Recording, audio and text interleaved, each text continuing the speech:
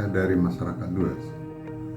Demikianlah lahirnya kepemimpinan masyarakat yang cenderung menjadi penegak otoritas hukum atau norma bermasyarakat.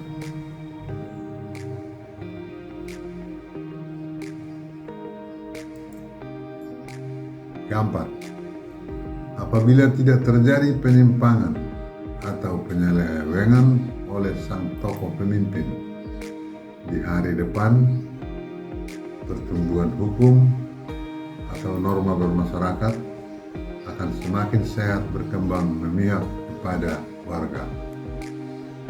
Selanjutnya menjadi hukum kedaulatan rakyat atau warga yang ditegakkan bersama oleh warga atau rakyat. Yang kelima, jikalau pada warga. Selanjutnya menjadi hukum kedaulatan rakyat atau warga yang ditegakkan bersama oleh warga atau rakyat. Yang kelima, jikalau sang tokoh hanya memimpin bukan memerintah, warga akan semakin cerdas dan semakin rukun. Konflik intern semakin kecil, solidaritas semakin tinggi dan ketahanan sosial semakin mantap. Pembangunan sarana umum dapat dikerjakan secara gotong royong atau dengan bekerja keras dan membayar pajak untuk kepentingan bersama masyarakat itu. Semua warga semakin rajin bekerja dan bertanggung jawab kepada masyarakat serta kepada Sang Pencipta alam semesta dengan tidak merusak ciptaannya sebagai lingkungan hidup dan sarana umum.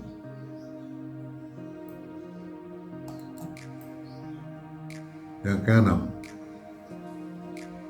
apabila terjadi penyimpangan atau penyelewengan oleh tokoh pemimpin, mungkin karena adanya peluang dari warga yang tidak atau kurang cerdas sosial, serta dukungan dari warga yang berpola pikir budak garis miring ingin turut memperbudak, sehingga ada peluang bagi sang tokoh tidak jujur alias mencari peluang berkuasa setelah menjadi tokoh. Diawali dengan pembentukan kelompok minoritas berkuasa, membuat aturan dan memerintah atas konsep pribadinya, bukan atas keinginan warga, tetapi tidak ditentang warga yang tidak cerdas sosial dan yang takut akan kekuasaan. Apa boleh buat? Memang sepanjang sejarah, kejahatan terjadi apabila ada niat dan peluang atau kesempatan. Kemudian terjadilah apa yang disebut tirani sebagai kejahatan kemanusiaan oleh tokoh pemimpin yang tidak jujur.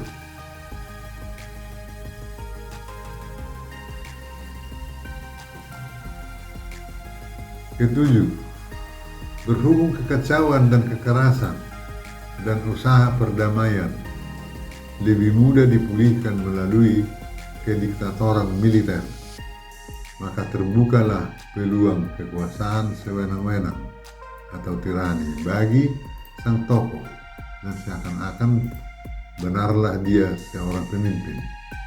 Memang benar dia pemimpin bagi warga yang tidak cerdas sosial, yang menganut pola pikir kekacauan dan kekerasan, alias pencari kemenangan non-kompetisi, sehingga terjadi siapa menang dia berkuasa.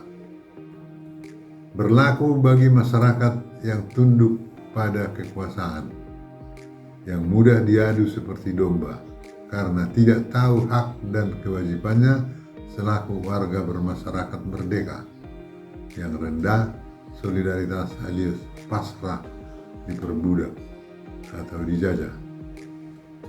Yang kedelapan, apabila dalam kurun waktu yang panjang atau lama kepemimpinan diktator tersebut berlaku dan senantiasa diamandemen guna mengukuhkan kekuasaan, semakin kuatlah tirani negeri, semakin terpuruklah kehidupan rakyat berbangsa dan bernegara.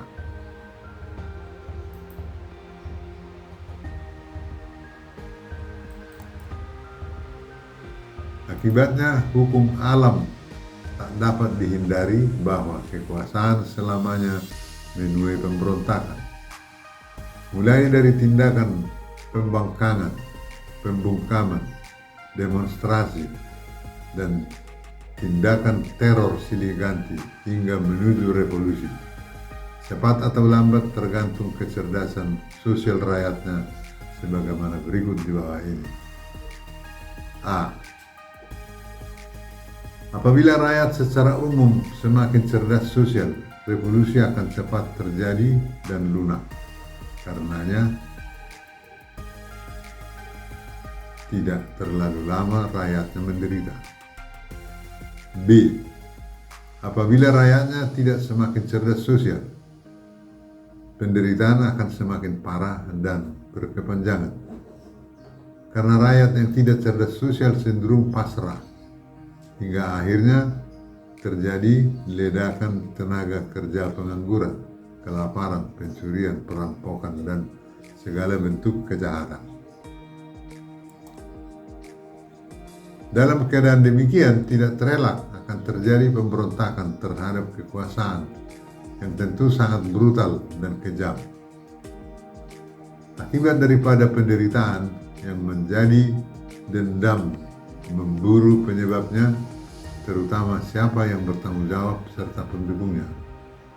Tidak heran kalau masalah dendam pribadi, dendam kelompok masyarakat juga turut meramaikan. Hati-hati dalam keadaan demikian, revolusi akan menelan korban besar, kemanusiaan dan harta benda. 9. Apa yang akan terjadi pada pasca revolusi? A. Masyarakat cerdas sosial universal cenderung menyesuaikan pada era yang sedang trendy.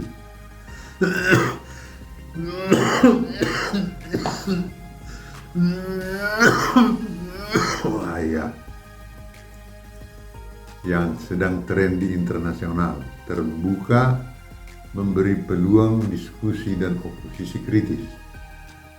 Setuju berbeda pendapat untuk diuji dengan rasio dan nalar sosial, budaya, politik, ekonomi, dan pembangunan yang didasari kedaulatan warga.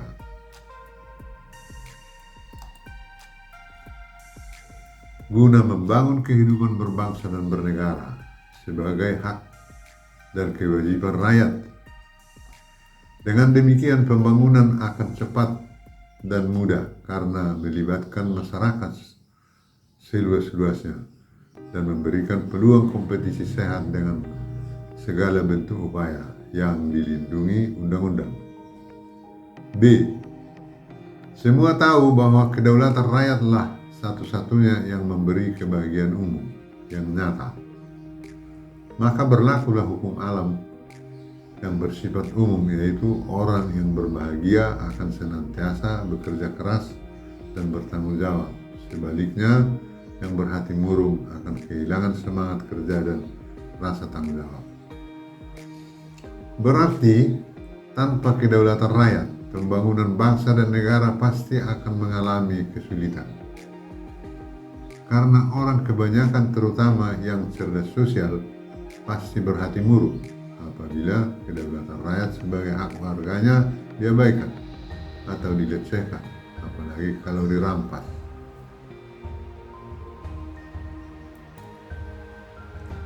Namun, walau berulang kali revolusi terjadi, jikalau rakyatnya tidak semakin cerdas, pembangunan berbangsa dan bernegara tidak akan berhasil baik.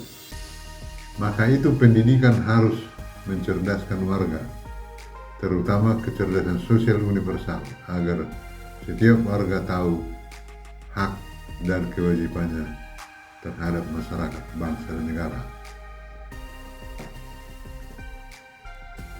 Bagian E. Bagaimana kelompok sosial menjadi bangsa? 1. Setelah ada kelompok sosial, walau sangat kecil pada awal, misalnya baru 2 atau 3 orang, mulailah berbahasa. Dari bahasa yang sangat sederhana, misalnya senyum dan ketawa, pernyataan senang dan gembira, atau marah, menangis, mengancam hingga merapatkan gigi geram gemeretak sebagai pernyataan tidak senang, sedih, dan sebagainya.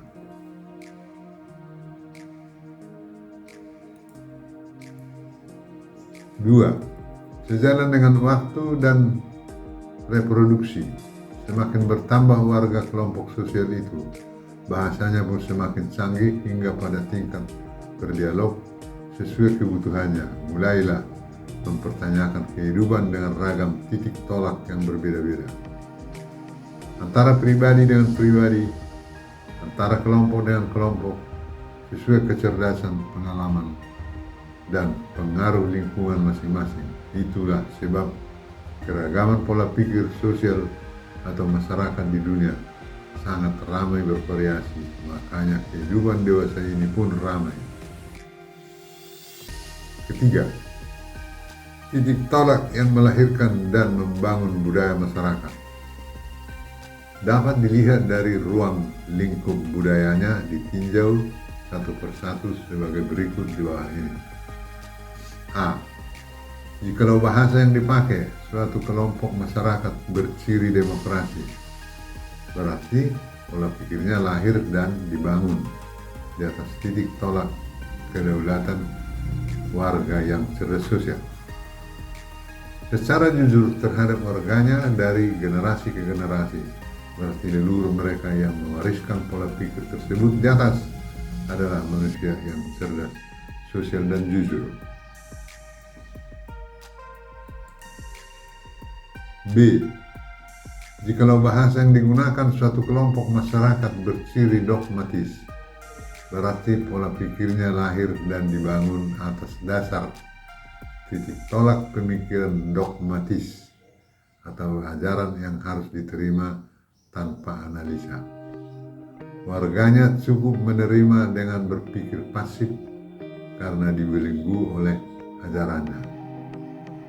Bukan berarti warganya tidak dapat berpikir aktif, tetapi dibelenggu oleh ajarannya, sehingga pertumbuhan pola pikir masyarakatnya menjadi lamban dalam menuju cerdas sosial universal, karena dibatasi oleh dogmanya yang statis, yang cukup dihafalkan, alias tertinggal dari perkembangan dunia internasional karena tidak dinamis.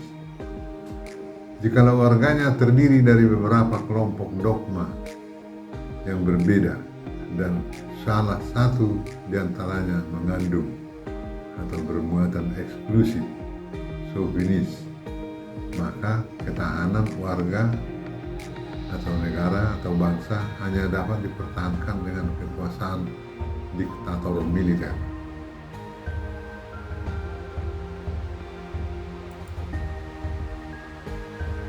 Akibatnya kepemimpinan warga, bangsa atau negara menjadi tirani, diskriminasi, korupsi, dan segala macam penindasan. Tak terhindarkan. Bukan hanya untuk mempertahankan kekuasaan, justru menjadi alasan untuk mempertahankan keutuhan masyarakat bangsa dan negara. Lalu dikumandangkan slogan kosong tanpa penjelasan untuk mempertahankan kekuasaan otoriter.